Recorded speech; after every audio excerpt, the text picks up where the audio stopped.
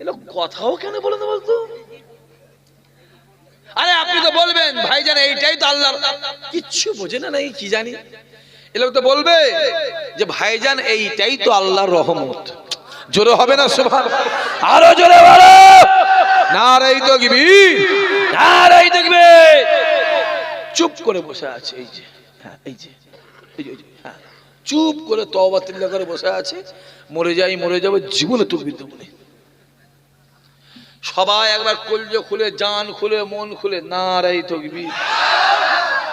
আচ্ছা পিছন দিকে ছেলেগুলো ওইখানে বসে আছে কেন? নিচে সামনে সামনে আসো। আরে কথা বললে কেন কথা শোনে না বলতো? মহা সমস্যাই তো।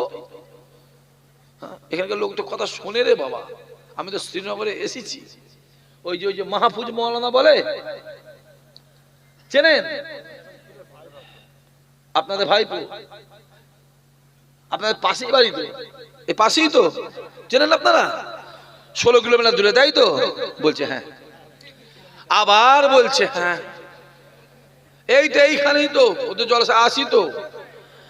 হ্যাঁ আজকে যখন, আচ্ছা এই জলসাটা আব্বাস তো, কেন আমি আজ বেরোবার সাহা বলে দাওয়াত কোথায়? আব্বা দাওয়াত তো 2-3টা আছে, ও লাস্টে কোথায়? আমার লাস্টে শ্রীনগর। আর তখনই আমাকে ফোন করলো একটা, আমাকে ফোনে কথা হলো, সে বলছিল কি, আমি বললাম ডিলার ডিলার, এখানে ডিলার তো, সে ডিলার কই? ছেলে ফুলে কই? ঘুমোচ্ছে। আচ্ছা মানে কই আছে, কই আছে, কই দেখতে পাইনি তো।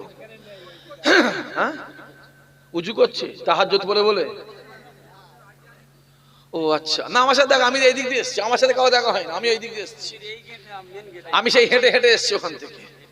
হ্যাঁ আমাদের হাঁটা অভ্যেস আছে বাপ, অসুবিধা নেই। ওই লোকটা পালিয়েছিল, আবার কেন এলো? কি দরকার ছিল পেছনে শুয়ে পড়েন? আরে বাবা থাক না, চা থাক না, খেয়ে খেয়ে মেরে ফেলবে না রাত পর্যন্ত। তখন বলছিল, আমি বললাম ডিলার ডিলার, বললো হ্যাঁ ভাইজান ডিলার, আমি ওনার ছেলেই বলছি। তখন পাশে আব্বা ছিল, বলছে ডিলার বলতে কিনা সেই শ্রীনগরে। তখন আব্বা বললো কচি ওই জলসা আমি যেতাম, তা আপনাকে আমাকে কেন দাওয়াত করেছেন? হ্যাঁ কেন বল? করবে না, মানা করছি। আব্বা আছে, আব্বাকে নিয়ে আসবে। অসুবিধা আছে নাকি? বলছি অসুবিধা আছে নাকি? ব্যাস মাথায় থাকে যেন। আমি আবার একটু অন্য টাইপের করছি।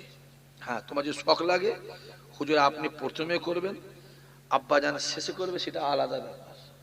ঠিক বলছে না ভুল বলছি? সিস্টেম আছে করছি। বাপ ছেলে দিয়ে